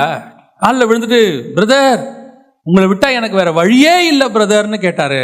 அந்த நிமிஷம் முடிவு பண்ண இவருக்கு தரக்கூடாதுன்னு சொல்லி. ஏன்? எப்ப நீ தேவனை தவிர மற்றவனை காலில் விழுந்தையோ, எப்போ உன் அபிஷேகத்தை நீ கனவீனப்படுத்தினியோ உனக்கு கிடையாது. நீ ஒரு சகோதரனா என்னை கேட்க வந்தது கூட தப்பு கிடையாது. ஆனா காலில் விழுந்த பாரு, அது பெரிய தப்பு. உன் அபிஷேகத்துக்கு முதல்ல நீங்க யார் கொடுக்கணும்? நீங்க கனம் கொடுக்கணும். நீங்க கொடுத்தாதான் அடுத்தவன் கனம் கொடுப்பான். உன் அபிஷேகத்தை கனவீனப்படுத்துகிறவன் கொடுக்கிற ஆசீர்வாதம் விருதா. சில நேரங்கள்ல வீட்டில இருந்து சண்டை போட்டுக்கிட்டு வந்துருவோம். இயேசுக்காக வீட்டில இருந்து என்ன பண்ணிடுவோம்? சண்டை போட்டு வந்துருவோம். ஆண்டவர் என்னை பார்த்துப்பார் அப்படின்ட்டு அவங்களும் வீட்டை விட்டு விரட்டி விட்டுருவாங்க. போ ஆகட்டும், என்ன நடக்குது பார்ப்போம் அப்படின்ட்டு அவங்க வேற சொல்லி வேற அனுப்புவாங்க. நீ போற நடுத்தரில் தான் நிற்க போற, இதெல்லாம் சொல்லியே அனுப்புவாங்க. ஏன்னா இது ஆசீர்வாதத்துக்கான ஒரு வார்த்தை. அது என்னை பொறுத்த வரைக்கும், எவனாவது உங்களை நீ உருப்பட மாட்டேன் அப்படின்னா ஆசீர்வதிக்கிறான்னு அர்த்தம். Praise the Lord. நல்ல வேளை நீ சும்மா அனுப்பியிருந்தா கூட ஆண்டவர் கம்முன்னு இருந்திருப்பாரு. நீ உருப்பட மாட்டேன்ட்டல்ல, நீ சொல்லிட்டல்ல, நீயே கர்த்தர் ஆசீர்வதிச்சிருவார். ஒரு நாள் இல்லை ஒரு நாள் நீ என்ன ஆவரப்பாரு. ஓ அப்படியா? ஆண்டவர் சொல்வார், ஒரு நாள் இல்லை ஒரு நாள் நீ என்ன ஆவரப்பாரு, நல்லா ஆக்கிடுவார். அப்படி இருக்கும்போது சிலர் என்ன பண்ணுவாங்கன்னா, அவங்க வீட்டில் சொத்து பிரிப்பாங்க. அக்கா தங்கச்சிங்களுக்கு இவங்களுக்கு என்ன பண்ண மாட்டாங்க, கொடுக்க மாட்டாங்க. இவங்க போய் சண்டை போட்டுக்கிட்டு நிற்பாங்க. ஏன் பங்கு எங்க? நீ தான் எல்லாம் வேணான்ட்டு வந்துட்டல்ல, உன்னை அவன் மதிக்கல, நீ இயேசுவை ஏத்துக்கிட்டேன்னு விரட்டி விட்டான்ல, அன்னையோட அவன் வேணான்னா அவன் சொத்தும் வேணாம், அவங்ககிட்ட வர ஆசீர்வாதமும் வேணாம். அந்த வைராக்கியம் உனக்கு வரணும். அங்க போய் சண்டை போடுறது. இன்னும் கொஞ்சம் பேர் கேஸ் போடுறது. நான் இயேசுவை ஏத்துக்கிட்டேங்க, ஆனா எனக்கு உரிமை இருக்கா இல்லையா? இல்ல. எப்ப நீ இயேசுவை தகப்பனா ஏத்துக்கிட்டு வந்துட்டியோ, அன்னையில இருந்து உனக்கு சொத்து கொடுக்க வேண்டிய ஒருத்தர் மேல இருக்கிறாரு. அவரு கொடுப்பார் எல்லாம். திருப்பி போய் எங்க நிக்க கூடாது, அவங்ககிட்ட போய் கையேந்த கூடாது. இதுதான் உன் அபிஷேகத்தை நீ கனவீனப்படுத்துறது. சிலர் என்ன பண்ணுவாங்க தெரியுமா, இவன் கேஸ் போட்டு பிரச்சனை பண்ண போறானா, கொடுத்து தொலைங்க அவனுக்கு ஒரு பாக்கம்பாங்க. இது என்ன ஆசீர்வாதம்? இதுதான் பெல்சாத்சார் ஆசீர்வாதம். எடுத்துட்டு போய் தொலை. பாத்திரத்தை கனவீனப்படுத்துறான். நான் சொன்னா இல்லையா ஒரு நாள் நீ என்கிட்ட வருவேன்னு, வந்துட்டியா அப்படின்னு சொல்லி கொடுப்பான். அது தேவையில்லை. நான் கஷ்டப்பட்டாலும் நஷ்டப்பட்டாலும் என் இயேசுவோடு கூடு. என்னை ஆசீர்வதிக்கிறவர் ஒருத்தர் இருக்கிறார். உன்னுடைய ஆசீர்வாதம் உன்னிடத்திலேயே இருக்கட்டும். ஒரு முறை ஒரு பையனை வீட்டை விட்டு விரட்டி விட்டு அவன் வந்து சென்னைக்கு வந்து சென்னையில் அவன் ஒரு இடத்துல வேலை பார்த்துட்டு இருக்கான். அவனும் கஷ்டப்பட்டுக்கிட்டு தான் இருக்கிறான். அப்போ அவங்க அம்மா ஃபோன் பண்ணாங்க, அப்பா சொத்து விற்க போறோம், அண்ணன் தம்பிங்கெல்லாம் பிரிக்க போறோம், அப்பா உனக்கு ஒன்றும் கொடுக்க கூடாதுன்னு சொல்லிட்டாரு, நீ இயேசுவை ஏத்துக்கிட்டதுனால உனக்கு ஒன்றும் கிடையாதுன்னு சொல்லிட்டாரு. ஆனா உன் கையெழுத்து இப்போ தேவைப்படுது, நீ ஏதாவது காசு வாங்கிக்கிட்டு கையெழுத்தை போட்டு கொடுத்துரு, பிரச்சனை மட்டும் பண்ணாத அப்படின்னு. அவன் சொன்னான், என்னைக்கு நான் இயேசுவை ஏத்துக்கிட்டேனோ அன்னைக்கு இயேசுவை தவிர வேற யாருக்கிட்டையும் கையேந்துறது இல்லை. உங்களுக்கு கையெழுத்து தானே வேணும், என்னைக்குன்னு சொல்லுங்க, வந்து நான் போட்டு கொடுத்துட்டு வரேன். கடைசியில் நடந்தது என்ன தெரியுமா? அவன் கையில தான் கடைசியில் அவங்க அப்பாவும் அம்மாவும் வந்து கடைசி காலத்தில் இருந்தாங்க. அவன் தான் அவங்க அப்பா அம்மாவை பார்த்தான். ஏன்னா சொத்து பிரிச்சோன்னே எல்லாரும் விரட்டி விட்டான் அப்பா அம்மாவை. இவன் தான் கொண்டாந்து சென்னையில் வச்சு பார்த்தான். நான் சொல்றேன், உன்னை ஆசீர்வதிக்கிற ஒருத்தர் இருக்கிறார். உன்னை கனப்படுத்துகிறவங்க கிட்ட மட்டும்தான் உன் கை நீளணும். உன்னை கனவீனப்படுத்துறவங்க கிட்ட கை என்ன செய்யக்கூடாது, நீளவே கூடாது. தைரியமா சொல்லுங்க, என்னை மதிக்கல, எனக்கு அது தேவையில்லை. நீ ஆண்டவரையும் மதிக்கல, அவர் என்ன அழைச்சு அபிஷேகிச்சிருக்கிறார், என்னையும் மதிக்கல, உனக்கு அது ஆசீர்வாதமா இருக்காது. உன் ஆசீர்வாதம் உங்ககிட்டயே இருக்கட்டும் எப்பவுமே. சரி. என்ன ஒரு அண்ணன் ஒருத்தர் என்கிட்ட சொன்னார், நீ என்னப்பா சொத்தெல்லாம் பிரிச்சு கேட்குறியாமே ஒரு 20 வருஷத்துக்கு முன்னாடி. நான் சொன்னேன், நான் ஒரு நாளும் யாருக்கிட்டையும் எதையும் கேட்டதே கிடையாது, ஒரு நாளும் கேட்டதில்லை. யாராவது உங்கள்கிட்ட தப்பாக சொல்லியிருப்பாங்க. நான் என்னைக்கு இயேசுவை எங்கள் அப்பாவா ஏற்றுக்கிட்டேனோ அன்னையிலேருந்து இன்னைய வரைக்கும் எனக்கு இயேசு தான் எல்லாமே கொடுத்துருக்குறாரு. வேறு யாரும் எனக்கு எதுவுமே தந்ததில்லை. தைரியமாக எனக்கு அண்ணன் தம்பி யாரும் கிடையாது, சொந்தக்காரங்க யாரும் எனக்கு தரவே இல்லை. எனக்கு தந்ததுன்னு சொல்லி பூமியில் யாராவது ஒருத்தர் சொல்லணுன்னா எங்கள் அம்மா மட்டும்தான் சொல்ல முடியும், வேறு யாருமே சொல்ல முடியாது. ஒருத்தர் சொல்ல முடியாது, எங்கள் அம்மா மட்டும்தான் எனக்கு செஞ்சுருக்காங்க. வேறு யாரும் எதுவும் எந்த சொத்தும் எனக்கு தரவே இல்லை. அதனால் நான் தைரியமாக சொல்லுவேனே, நான் யார்கிட்டையும் எதுவும் கேட்கல. நான் சொன்னேன், ஒரு 20 வருஷம் ஆச்சு, அதே அண்ணன் திருப்பி வந்து சொன்னார், ஆண்டவர் உன் கூட இருக்கிறார். நான் சொல்கிறேன், நீங்கள் ஆண்டவர்கிட்ட தைரியமாக சொல்லுங்கள், வேணான்னு சொல்லுங்க. உன்னை கனவீனப்படுத்துகிற சொத்தை வேணான்னு சொல்லுங்க. சொத்து மட்டும் இல்லை, எதா இருந்தாலும் எந்த ஆசீர்வாதமாக இருக்கட்டும், உன்னை கனவீனப்படுத்துறானா வேண்டாம், உன் மேல உள்ள தேவனை கனவீனப்படுத்துறானா வேண்டாம். உன்னை அபிஷேக்கிறவர் ஒருத்தர் இருக்கிறார், அதுதான் மெய்யான ஆசீர்வாதம். அல்லேலூயா. கடைசியாய் தானியேல் செய்தது என்ன? 6ஆம் அதிகாரம் 28வது வசனம் வாசிங்க. தானியேல் புஸ்தகம் 6ஆம் அதிகாரம் 28வது வசனம். தரியுவின் ராஜ்யபார காலத்திலும் பெர்சியனாகிய கோரேசனுடைய ராஜ்யபார காலத்திலும் தானியேலின் காரியம் ஜெயமாயிருந்தது. அப்படின்னா என்ன அர்த்தம் அப்படின்னு கேட்டீங்கன்னா, இப்ப நேபுகாத் நேச்சார் கொடுத்த ஆசீர்வாதம் இருக்கு இல்லையா, அதுக்கப்புறம் நேபுகாத் நேச்சார் உயிரோடு இருக்கிற வரைக்கும் யாருக்கு இருந்துச்சு? அந்த அவர் கொடுத்த ஆசீர்வாதம் தானியேலுக்கு அவர் உயிரோடு இருக்கிற வரைக்கும் இருந்துச்சு. அதுக்கு பிறகும் இருந்துச்சு. தரியு காலத்திலையும் இருந்துச்சு, பெர்ஷியன் காலத்திலையும் இருந்துச்சு. கிட்டத்தட்ட இதெல்லாம் கணக்கு பார்த்தீங்கன்னா 70 வருஷத்துக்கு மேல போகும். அவ்வளோ வருஷம் தானியேல் எப்படி இருந்தாரு? ஆசீர்வாதமா இருந்தாரு. ஆனா பெல்ஷாசாருடைய ஆசீர்வாதம் எப்படி தெரியுமா? வாசிங்க, 5ஆம் அதிகாரம் 30ஆம் வசனம் வாசிங்க. அன்று ராத்திரியிலே கல்தேயரின் ராஜாவாகிய பெல்ஷாத்சார் கொலை செய்யப்பட்டான். கல்தேயரின் ராஜாவாகிய பெல்ஷாத்சார் எந்த ராத்திரியில தெரியுமா? எந்த ராத்திரியில? எப்போ தானியேலுக்கு எல்லாம் தரேன்னு சொன்னாரோ அந்த ராத்திரியிலேயே கூப்பிட்டு கேட்டாரு. தானியேல் சொன்னா, எல்லாம் உங்ககிட்டயே இருக்கட்டும், வச்சுக்கோ, எதுவும் தேவையில்லைன்னா அந்த ராத்திரியிலேயே பெல்ஷாத்சார் கொலை செய்யப்பட்டார். பெல்ஷாத்சார் கொலை செய்யப்பட்டாச்சுன்னா அவன் கொடுத்த ஆசீர்வாதம் என்ன ஆகும்? பெல்ஷாத்சார் சொல்றாரு, என் ராஜ்யபாரத்தில் நீ என்னவா இருப்ப? 3ஆவதாக இருப்பாய் அப்படின்னு சொல்லி பறையிட சொன்னான். அதுக்கு முந்தின வசனத்தில் இருக்குது, ராஜ்யத்தில் அவன் 3ஆவது அதிகாரியாய் இருப்பவன் என்று அவனை குறித்து பறைமுறையிடவும். அந்த ராத்திரியில பெல்ஷாத்சார் செத்துட்டாரு, தரியு வந்துட்டான். அப்ப பெல்ஷாத்சார் கொடுத்த போஸ்டிங்கும் என்னாச்சு? முடிஞ்சிருச்சு, அவ்வளவுதான்.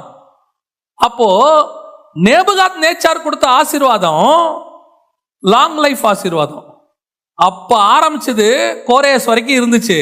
ஆனா பெல்ஷாத்சார் கொடுத்த ஆசீர்வாதம் டெம்பரவரி, அன்னைக்கு நைட்டே முடிஞ்சிருச்சு.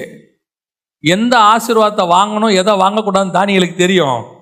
நேபுகாத் நேச்சார்ட்ட வாங்கினா ஏன் தெரியுமா? அவன் தேவனை மகிமைப்படுத்தி என்னை கனப்படுத்தி கொடுத்திருக்கிறா, இது கடைசி வரைக்கும் வரும். நீ இந்த சமயத்துக்கு ஏத்த மாதிரி என் தேவனையும் கனப்படுத்தல, அவர் பாத்திரத்தையும் கனப்படுத்தல, ஏதோ நான் சொன்னேன்னு சொன்ன, நீயே இன்னைக்கு நைட்டு செத்துருவடா, இன்னைக்கு நைட்டு நீயே செத்துருவ, அப்புறம் நீ கொடுத்த ஆசீர்வாதம் என்ன அப்படின்னா எந்த ஆசீர்வாதம்? அதனால தான் தானியேல் சொல்றான், எல்லாம் உங்ககிட்டயே இருக்கட்டும். எந்த ஆசீர்வாதத்தை வாங்கணும் தெரியுமா? நித்தியமான ஆசீர்வாதத்தை வாங்கணும், அநித்தியமான ஆசீர்வாதத்தை வாங்கக்கூடாது. எது நித்திய ஆசீர்வாதம் பார்க்கணும், அதைத்தான் வாங்கணும். அநித்தியமான ஆசீர்வாதம் கொஞ்சம் இருக்கு, அதெல்லாம் கூட வராது. பார்க்கறதுக்கு வேணா என்ன செய்யும், கூட வரா மாதிரி தெரியும். இப்ப யோசிச்சு பாருங்க, தானியேலே நீ பாபிலோன் தேசத்தில் 3ஆவதாக இருப்பாய். கல்தேயருக்கு பெரிய ராஜா ஒருத்தர் இருக்கிறாரு, 2வது யாரு? பெல்ஷாத்சார். அவருக்கு அடுத்து யாரு? தானியேல். ஏறக்குறைய யோசேப்பு மாதிரி, பார்வோனுக்கு அடுத்து மாதிரி இவரு. கேட்கறதுக்கு நல்லா தான் இருக்கு, எல்லாம் ஓகே தான், நைட்டோட முடிஞ்சிருமே. சொல்லி முடிச்சுட்டு வீட்டுக்கு போறதுக்கு முன்னாடி போஸ்டிங் காலி. இந்த போஸ்டிங் நமக்கு வேணுமா? இது நமக்கு தேவையா? சில நேரத்தில் ஆண்டவர் சிலது தருவாரு. இப்போ நேபுகாத் நேச்சார் கொடுத்தது பெல்ஷாத்சார் கொடுத்த மாதிரி பெருசுலாம் இல்லை. கூப்பிட்டு கொலு மண்டபத்தில் உட்கார வச்சுக்கிட்டான். கிங்ஸ் கேட் அப்படின்னா என்ன அர்த்தம்? அதுவும் நல்ல போஸ்டிங், கவர்னரோட ஈக்குவலான போஸ்டிங். எதா இருந்தாலும் தானியேலை பார்த்துட்டு தான் யாரை பார்க்க முடியும்? நேபுகாத் நேச்சாரை பார்க்க முடியும், பர்சனல் செக்ரட்டரி மாதிரி. அவ வசனம் சொல்லும், கிங்ஸ் கேட்ல உட்கார்ந்துருந்தான் 2ஆம் அதிகாரம் கடைசியில. அப்போ தானியேலுக்கு அதுவும் நல்ல போஸ்டிங். ஆனா பெல்ஷாத்சார் கொடுத்ததோட கம்பேர் பண்ணா சின்னது. பெல்ஷாத்சார் கொடுத்தது பெருசு, ஆனா டெம்பரவரி. நேபுகாத்நேச்சார் கொடுத்தது கொஞ்சம் குறைவுதான், ஆனா பர்மனன்ட். எது இப்ப நமக்கு எது வேணும்? இங்க ஒரு 40,000 ரூபாய் சம்பளத்துல கிடைச்சாலே பர்மனன்ட். 1.5 லட்சம் ரூபாய் கொடுக்குறாங்கன்ட்டு இன்னொரு இடத்துக்கு தாவுனா அது டெம்பரவரி. இப்ப நம்ம எங்க சில ஆட்களுக்கெல்லாம் இந்த டெம்பரவரி பிளெஸிங்க பார்த்த உடனே அதை பண்ண. ஆண்டவர் கொடுக்கிறது சில நேரத்துல நம் பார்வைக்கு குறைவாக இருந்தாலும் கர்த்தர் கொடுத்தால் அது பெர்மனன்ட். அதை தான் அக்செப்ட் பண்ணணும். மனுஷன் சில நேரத்தில் பிசாசு ஆசை காட்டும். இயேசு கிட்ட சொல்றான், உலகத்தின் மகிமையும் அந்த ராஜ்யமும் கொடுக்கப்படுகிறது, வேணுமா? இயேசு சொல்லியிருந்தாருன்னா இவங்க கூட அவரும் நரகத்துக்கு போயிருக்கணும். வேணான்னு சொன்னதுனால இவர் எல்லாரையும் பரலோகத்துக்கு கூட்டு போறவரா மாறிட்டார். பல நேரங்களில அநித்தியமான ஆசீர்வாதங்களை தள்ளுறதுக்கு ரெடியா இருக்கணும். அல்ப ஆசீர்வாதத்துக்கு விரும்பக்கூடாது. சிலதெல்லாம் அந்த அல்ப ஆசீர்வாதம் பாருங்க, உடனே நல்லா தெரிஞ்சுக்கொள்ளுங்க. தேவன் கொடுக்கிற ஆசீர்வாதம் பல பல பலன்லாம் இருக்காது. நான் எப்பவும் சொல்லுவேன், லோத்து சோதமை பார்க்கும்போது எப்படி இருந்துச்சு? சும்மா தேவனுடைய தோட்டத்தை போலவும் எகிப்தை போலவும் சும்மா பல பல பலன்ச்சு. டெம்பரவரி. இன்னும் 2 அதிகாரத்தில் அது அழிஞ்சு போயிடும். ஆனால் கானான் எப்படி இருந்துச்சு? ஒன்றும் இல்லை. உள்ள போனாதான் அது பாலும் தேனும். வெளியிருந்து பார்த்தா ஒண்ணுமே தெரியாது. வெளியிருந்து பார்த்தா ஒண்ணுமே தெரியாது. சோதம் வெளியிருந்து பார்த்தாலே தெரியும் பல பல பலன்னு. ஆனா கானான் வெளியிருந்து பார்த்தா ஒண்ணுமே தெரியாது. உள்ள போனாதான் பாலும் தேனும். ஆனால் ஆண்டவர் சொல்றார், நீ கானானுக்கு போ. ஆண்டவரே, இது பார்க்கறதுக்கு நல்லா இருக்குதுப்பா, பேக்கேஜ் சூப்பரா இருக்கு, கேரியர் சூப்பரா இருக்கு, 10 வருஷத்துல அப்படி ஆயிரலாம் இப்படி ஆயிரலாம், 2 வருஷத்துல கம்பெனி மூடிடுவானே. நமக்கு அப்படி தோணும். இதெல்லாம் எம்என்சி. ஒரு வைரஸ் தான், மொத்த எம்என்சியும் லாக்டவுன். நேற்று என் நண்பர் ஒரு சூப்பரான சாட்சி சொன்னார். எவ்வளவு பெரிய கம்பெனி எல்லாம் மூடிட்டாங்க. அவர் சாட்சி சொல்றாரு. இன்னொருத்தர்கிட்ட சொல்றாரு, நான் உட்காந்துருக்கேன், எப்படி போகுது உங்க பிசினஸ் அப்படின்னு. அவர் சொல்றாரு, இந்த 2 வருஷத்துல கர்த்தர் அபிருதமா ஆசீர்வச்சிருக்கிறார். அவர் சொல்றாரு, இப்பதான் ஃபர்ஸ்ட் வார்த்தை இப்படி ஒன்று கேட்கறேன். இந்த 2 வருஷத்துல எல்லாவனும் போச்சு, முடிஞ்சு, மூடியாச்சு, தொலைஞ்சிச்சு, இப்படியே தான் சொல்றான். நீங்க சொல்றீங்களே கர்த்தர் என்னை ஆசீர்வச்சிருக்கிறார், அவ்வளவுதான், அதெல்லாம் முடிஞ்சு. சில நேரத்தில் கர்த்தர் கொடுக்குற ஆசீர்வாதம் பார்க்கறதுக்கு பெருசா தெரியாது, ஆனா நிரந்தரமானது. நிரந்தரமானது. நான் ஒரே ஒரு காரியத்தை மட்டும் சொல்லிட்டு முடிக்கிறேன். நான் நிறைய நேரத்தில் சாட்சி சொல்லுவேன், ஆனா அதுக்கு பின்புலம் எனக்கு தெரியும், பின்னாடி நடந்தது. வேலையை வெளிநாட்டில் விட்டுட்டு வந்துட்டேன், ஆண்டவருக்காக வந்தேன். அதில் பெருசா சாட்சியா சொல்றது இல்லை. ஏன் அப்படின்னா அதுக்கு பின்னாடி ஒரு ரீசன் இருக்கு. ஆண்டவர் என்ன சொன்னார், நீ விட்டுட்டு வா, நான் உன்னை ஊழியத்தில் பயன்படுத்துவேன்னு சொல்லி நான் வந்துட்டேன். அவர் சொன்ன நேரத்துக்கு கரெக்டாக வந்துட்டேன். வந்து ஒரு 2 வருஷம் தான் இருக்கும், 1.5 வருஷம் தான் இருக்கும். என் கூட இருந்த அங்க இருந்தவங்க அநேகர் எனக்கு ஃபோன் பண்ணாங்க, இந்தியாவில் நிலைமை எப்படி இருக்கு இப்ப, ஏன் இங்க சூழ்நிலை மோசமா இருக்கு, நாங்க இங்கிருந்து போயிடலான்னு இருக்கோம். போயிட்டாங்க நிறைய பேர். ஒரு சிலர் ஆஸ்திரேலியா போயிட்டாங்க, ஒரு சிலர் வேற இடத்துக்கு போயிட்டாங்க. இப்ப யாருமே அங்க இல்லை. மேக்சிமம் 95% இல்லை, ஒரு 5% இருக்காங்க. இப்ப நான் நினைச்சுப்பேன், கர்த்தர் சொல்லும் போது நம்ம கிளம்பி வந்ததுனால இப்ப நம்ம சாட்சி சொல்றோம். என்ன சொல்றோம்? ஆண்டவர் சொன்னாரு, அதனால விட்டுட்டு வந்தேன்னு. முடியாதுன்னு முரண்டு பிடிச்சிருந்து அங்க இருந்திருந்தோம்னா 2 வருஷம் கழிச்சு வேலை இல்லாம நம்மளா வந்திருப்போம். இப்ப எது பெஸ்ட்? ஆனா அவர் சொல்லும் போது வேலை இருந்துச்சு. ஆனா சொல்லும் போது அவருக்கு பின்னாடி நடக்கிறது எல்லாமே தெரியும். அவர் சொல்றத செஞ்சீங்கன்னா பர்மனன்ட். நம்ம சில நேரத்துல ஆசைப்படுவோம், ஓ ராஜ்யபாரத்தில் 3ஆவதா, பொற்சனையிடுறாங்களா, பறையடிக்கிறாங்களா, ஊருக்கே சொல்றாங்களாமே தானியல் தான் 3ஆவதுன்னு சொல்லுவாங்கப்பா. அன்னைக்கு நைட்டே சொல்லுவாங்க தானியல் பிடிக்கப்பட்டாருன்னு. எது முக்கியம்? நமக்கு நிரந்தர ஆசீர்வாதம் ஒன்று இருக்கு, அந்த ஆசீர்வாதத்தை நீங்க அக்செப்ட் பண்ணணும். இந்த மாதிரி ஆசீர்வாதத்தை நீங்க சொல்லணும், உன்னுடைய ஆசீர்வாதம் உங்ககிட்டயே இருக்கட்டும்பா. ஏன் இது இன்னையோட முடிஞ்சிரும்பா, இது ஒரு டெம்பரவரி. இந்த உலகத்தினுடைய எல்லா ஆசீர்வாதங்களும் அநித்தியமானவைகள் தான். இது எல்லாம் ஒரு நாள் முடியும், இது ஒரு நாள் இல்லாமல் போகும். நீ நினைச்சிருக்க வேண்டியது எது தெரியுமா? நித்தியமான ஆசீர்வாதம். அதுதான் கர்த்தர் கொடுக்கிறது. இது காண்கிற யாவும் அநித்தியமானவைகள். காண்கிற யாவும் ஒரு நாள் அழிந்து போகும், இல்லாமல் போகும். காணாதவைகளோ நித்தியம். அதுதான் நீ சொல்லணும். அந்த ஆசீர்வாதம் தான் அக்செப்ட் பண்ணிக்கணும். எதை வேணான்னு சொல்லணும் தெரியுமா? இது அநித்தியம், வச்சுக்கோப்பா உன் ஆசீர்வாதம். உலகம் உங்களை அப்படி சொல்லணும், அப்படி ஆக்குறேன், இப்படி ஆக்குறேன், உங்களை அப்படி உட்கார வைக்கிறேன். நீங்க சொல்லணும், என்னை உட்கார வைக்கிற ஒருத்தர் இருக்கிறார். அவர் என்னை ராஜாவா உட்கார வைக்கிறாரோ இல்லையோ, ஆனா கடைசி வரைக்கும் என்னை நிலையான ஒரு இடத்துல உட்கார வச்சிருப்பார். அந்த இடத்த யாரும் என் கையிலிருந்து எடுக்கவே முடியாது. அதுதான் கர்த்தர் கொடுக்குற ஆசீர்வாதம். சில நேரத்தில் மனுஷன் உயர்த்துவான், கீழே போடுவான். ஆனா கர்த்தர் கீழே போடவே மாட்டார், உயர்த்தி கொண்டேதான் போவார். படிப்படியா உயர்த்துவார். அந்த படிப்படியா உயர்த்தும் போது ஸ்டெப் பை ஸ்டெப்பா வரும்போது சின்ன சின்ன போஸ்டிங்கா தான் வரும். கொஞ்சம் கொஞ்சம் தான் பேக்கேஜ் ரைஸ் ஆகும், கொஞ்சம் கொஞ்சமா தான் ஆசீர்வாதம் வரும். உடனே நாம என்ன நினைக்கக்கூடாது, இன்னைக்கு இப்படி பொறுமையா என்னைக்கு முடிச்சு என்னைக்கு வர்றது அப்படின்னு நினைக்கக்கூடாது. இந்த கிராஜுவல் இன்க்ரீஸ் நல்லது. தானியேலுக்கு தெரியும், தம்பி நீ கொடுக்குற பொற்சனி பரணம் இருக்கட்டும், நீ சொல்ற போஸ்டிங் இருக்கட்டும், அதெல்லாம் சாயங்காலத்தோட காணாம போயிடும். இன்னைக்கு நைட்டு உன் கதையை முடிஞ்சிடும். நிஜம் எது தெரியுமா? என்ன ஆண்டவர் ஒரு இடத்துல உட்கார வச்சிருக்கிறாரு, அதுதான் நிஜம். அல்லேலூயா. தேவன் நம்மை நித்திய ஆசீர்வாதத்துக்கு அழைச்சிருக்கிறார். இவைகள் எல்லாம் அநித்தியமானவைகள். தைரியமா சொல்லணும், இது உங்ககிட்டயே இருக்கட்டும். எவனாவது ஆசை காட்டினா சொல்லணும், இது உங்ககிட்டயே இருக்கட்டும். அதெல்லாம் அநித்தியமானது. என்னை ஆசீர்வதிக்கிறவர் ஒருத்தர் இருக்கிறார். அவர் என்னை நித்திய நித்தியமாய் ஆசீர்வதிப்பார். அல்லேலூயா. எல்லா கண்களை மூடுவோம்,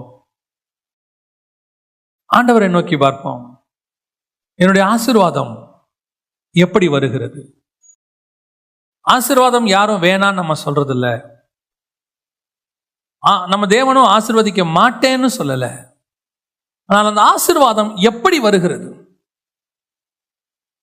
உன் தேவனாகிய கர்த்தரை ஒருத்தன் தூஷிக்கிறான், உன் தேவனாகிய கர்த்தருக்கு விரோதமா செயல்படுறான், உன் தேவனாகிய கர்த்தருக்கு விரோதமா காரியங்களை பேசுறான், அவன் கூப்பிட்டு உனக்கு ஒன்று ஆசீர்வதிக்கிறானா, தைரியமா சொல்லு, என் தேவனை அவமதிக்கிற நீ கொடுக்கறதுல ஒன்னும் எனக்கு தேவையில்லை, அது உன் கையிலேயே இருக்கட்டும்.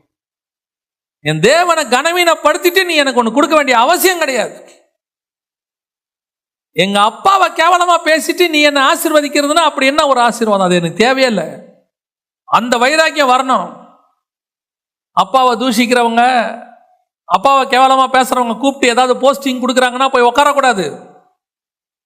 ஏதாவது ஆசீர்வதிக்கிறாங்கன்னா போய் உட்காரக்கூடாது, வாங்கக்கூடாது. தைரியமா சொன்னோம், வேணாம். ரெண்டாவது, உன் மேல் உள்ள அபிஷேகத்தை கனப்படுத்துகிறவனுக்கு தான் அவன் கொடுக்கறதான் ஆசீர்வாதம், அதை தான் வாங்கணும்.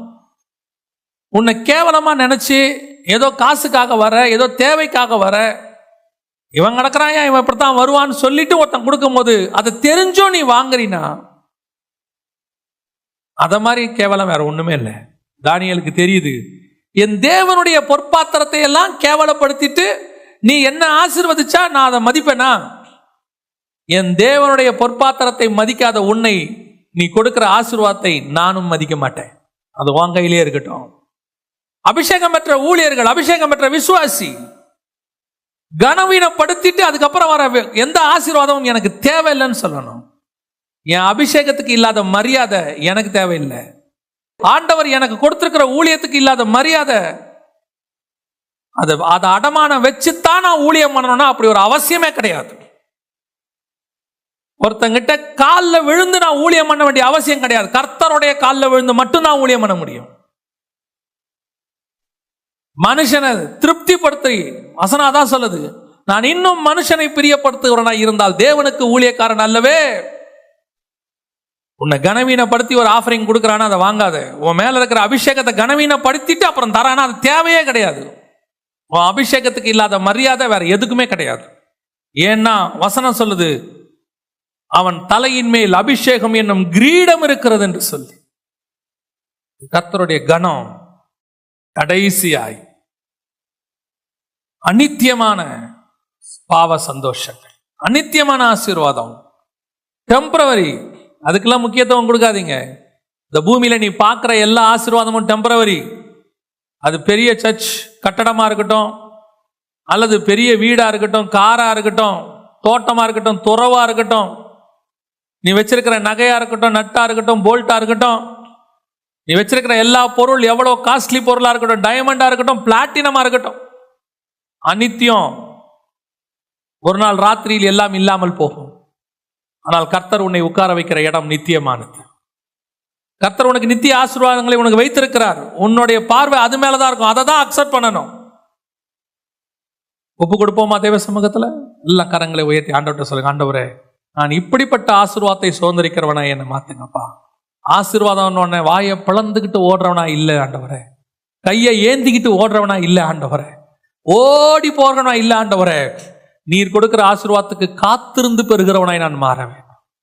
மனுஷனுக்கு முன்பாக ஏந்துகிற கரங்கள் அல்ல, மனுஷனுக்கு முன்பாக கொடுக்கிற கரங்களா எங்களுடைய கரங்களை மாற்றுங்க. சர்வ வல்லமையுள்ள எங்கள் தகப்பனே, கிருபையுள்ள கரத்துல தாழ்த்துகிறோம் ஆண்டவரே. எங்களை இம்மட்டும் நீர் ஆசீர்வாதமா தான்ப்பா வச்சிருக்கிறீங்க. எங்களுக்கு ஒரு குறைவு இல்லப்பா. எங்களை நல்லா வச்சிருக்கிறீங்க ஆண்டவரே, சந்தோஷமா வச்சிருக்கிறீங்க ஆண்டவரே, பிள்ளையாவே எங்களை வச்சிருக்கிறீங்க ஆண்டவரே. எங்களை இம்மட்டும் நீர் ஆசீர்வாத தயவுக்காக உமக்கு நன்றி. மகிமையுள்ள கரத்துல தாழ்த்துகிறோம் எங்கள் ஆண்டவர் இயேசுவின் நாமத்தில் பிதாவே.